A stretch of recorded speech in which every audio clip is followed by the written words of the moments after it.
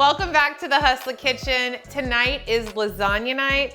I got my hair up, my apron on. We're about to make a huge mess. We're gonna start out tonight. I have 3 pounds of meat here. I have 1 pound of ground beef and I have 1.5 pounds each of Italian sausage that's spicy and Italian sausage that's sweet. I like to double this recipe up a lot of times and make extra meat sauce. I'll put that aside and freeze it, and then I'll use half of it for the lasagna. All right, let me show you how. Okay, so you're gonna put your pot onto a medium-high heat, and we're gonna start browning off the ground beef, and we're gonna start browning off the Italian sausage. It's gonna leave us with a lot of oil. I might come through with a paper towel and get a little bit of it out before we start saute our vegetables. I like to use a jar of tomato sauce, and then I punch it up a knot. I have on gloves for two reasons tonight. I usually like to use them when I'm handling raw meat, but I cut the crap out of my finger earlier, right before we started this video, and I actually wasn't even sure if we were gonna be able to continue on. So that's why I have these on, and that's why this finger looks super crazy. So anyway, so we're gonna brown this meat, and that's the first step to making awesome lasagna. And I like to just kind of crumble it up as I put it in. I got my pot really, really hot, and I lightly sprayed it with some avocado oil, just so that it wouldn't give me too many burnt pieces.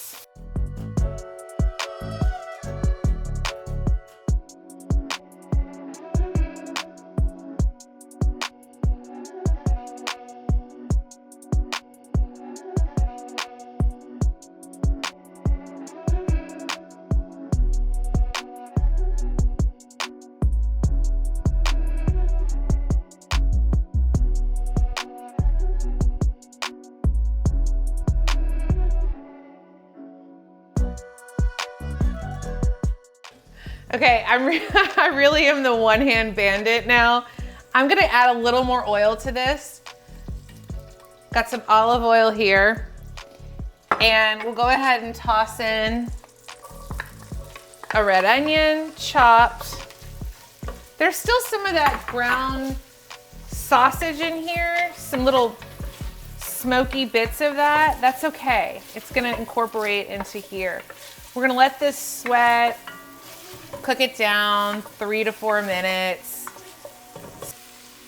So we've got the red onion's been going about 3 minutes. We're gonna add some garlic. It's a couple cloves.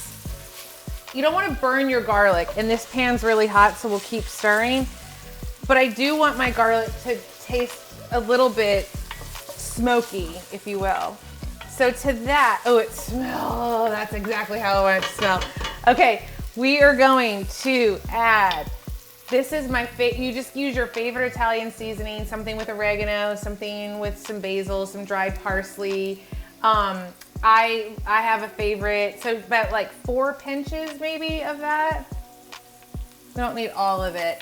And then I like my lasagna spicy, so I have 3 sort of solid, hefty pinches of red pepper. Let's get those herbs toasted.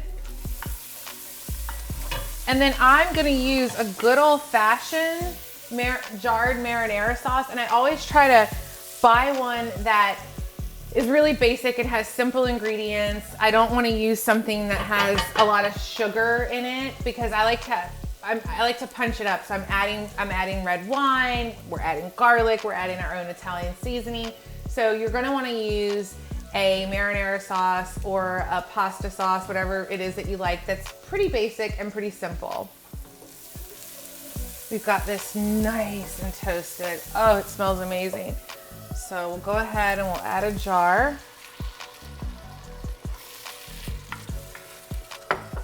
And then one of my favorite things to do, we just keep blending these flavors. We're gonna add just a jar of high quality diced tomatoes right in there. I like to buy anything in a glass jar. This is a really easy weeknight lasagna. You can make it for your family. I like it a little bit chunky. And we're already drinking wine, so we're going to come in, add about a cup of wine. That's gonna help us get a really rich, deep color and flavor. Okay, so this is beginning to reduce. It smells amazing in here. I'm still the one-handed bandit today.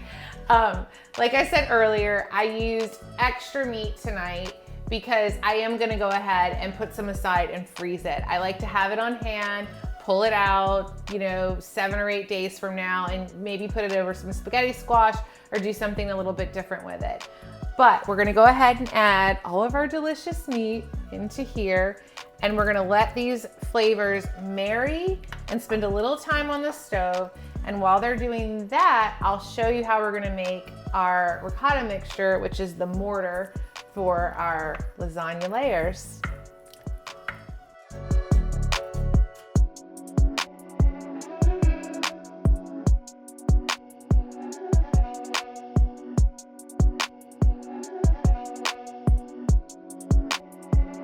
All right, let's assemble the mortar. So this is going to be the ricotta mixture that holds it all together. I have about 16 ounces of whole milk ricotta. To that, I'll add 6 ounces of grated Parmesan cheese, 2 eggs that I've whisked. This finger is ridiculous. I have fresh parsley, a bunch, chopped. Someone chopped it for me. I'm so lucky I had somebody help me with that. I like to come through with a little olive oil, just a touch. Just kind of toss that in there. And then a couple tablespoons of ground black pepper. You do not need salt in this because we have so much salt happening with all of this cheese. And then you just start to whisk it, man. Go crazy. My pointer finger is completely throbbing. You guys, I got a brand new knife and I was really excited about it. And I just was about to start chopping my parsley, and then I sliced my finger almost off, but luckily somebody came in and helped me. Oh, this is awesome. So this wants just a little more olive oil.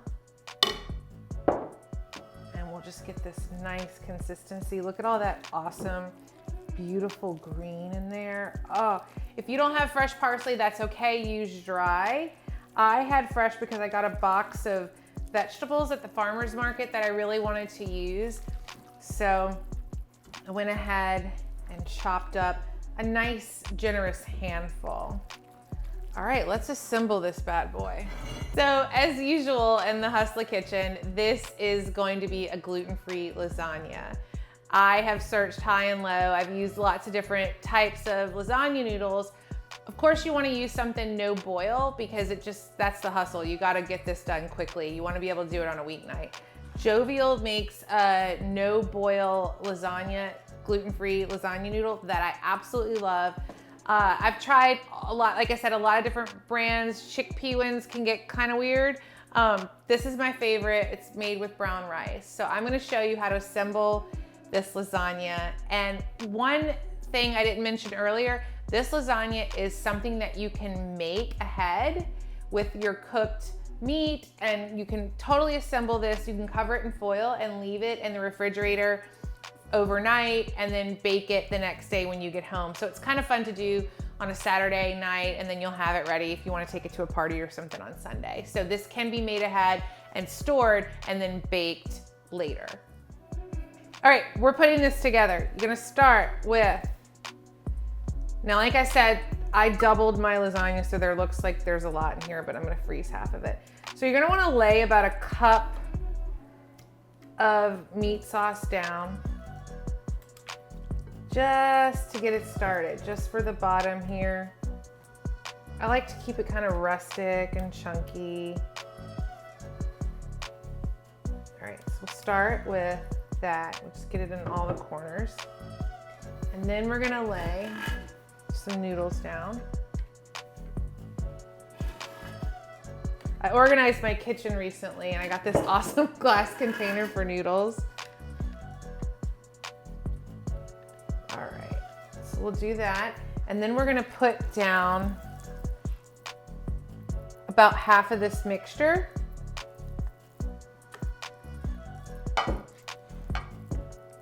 Layer that real good. I've made this lasagna with ground chicken before, and I've used chicken Italian sausage from my butcher. And you know what? It's really good. It's an awesome, heart-healthy way to enjoy lasagna. But tonight, and it's winter and it's getting cold out, tonight we're having beef and pork. All right, so then after we kind of get that first layer down, I don't really ever worry too much about the first layer. I just kind of get it going. Now we are going to do meat sauce, and we go a little heavier this time. Now we've got the base. It's got some legs to stand on. We're really gonna start to slop it on, you guys. And I'm making a mess. It's funny how not having the use of one finger makes you feel completely off balance. I got some people in here that are really good to me and behind the scenes have helped me chop. So we'll get that on. Oh, it's gonna be so good. I should mention that my oven is already going at 375, okay? So we got the meat sauce, and then you can use a bag of shredded mozzarella cheese. Go for it. I don't like the anti-caking agent in that. So I like to come through with some of this buffalo mozzarella. You can buy it in a little log. I like to come through. It doesn't have to be perfect. It's a rustic dish. And I'll just kind of find pieces that fit, that I think will kind of melt nicely. And you know what? We might just like take a large piece and kind of break it off and sort of maybe like put it in the middle like that. Trust me, it doesn't matter. Lasagna, if you have enough cheese and you have enough meat in here, it's not gonna matter. It's gonna be delicious. So after we do that mozzarella, then we will repeat with some more of these guys. Oh God, I always make it so big. This is a really great dish to serve on Christmas Eve. I think we can squeeze one more in. I always feel like I can get a fourth one on the second layer. So we'll go ricotta, meat sauce, mozzarella one more time.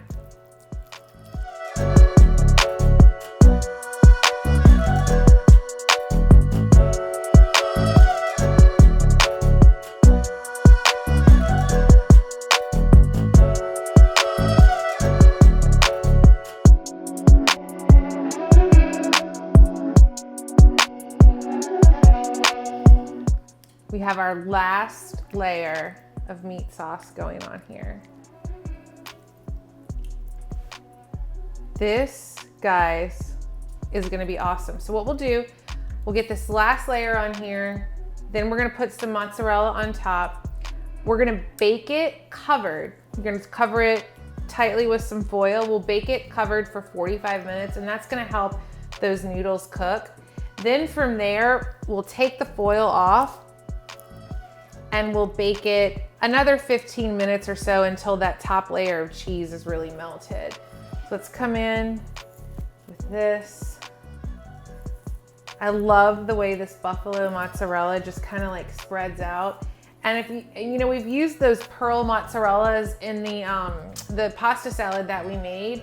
It's really delicious. You can use those too. They're actually really pretty. You can also just use shredded mozzarella. It's up to you. All right, so we're gonna cover this, put it in the oven, 45 minutes. We'll take it out, we'll take the foil off, and then we'll bake it another 15 minutes or so.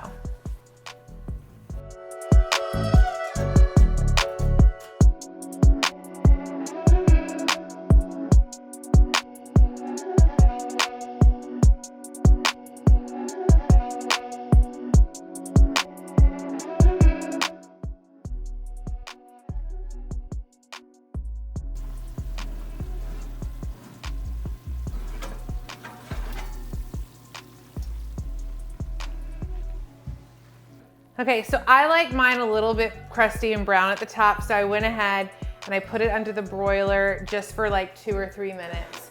We have all this nice space between the mozzarella, so I like to come in while it's still hot and hit it with some of that Parmesan cheese. I like to save a little bit from the ricotta mixture, and then I'll come through and just put some fresh basil from the garden. Just took a few leaves and tore them up.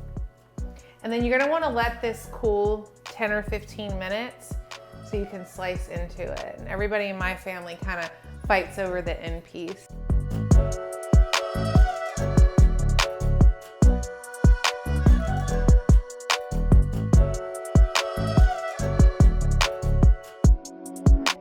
Until next time, keep on hustling.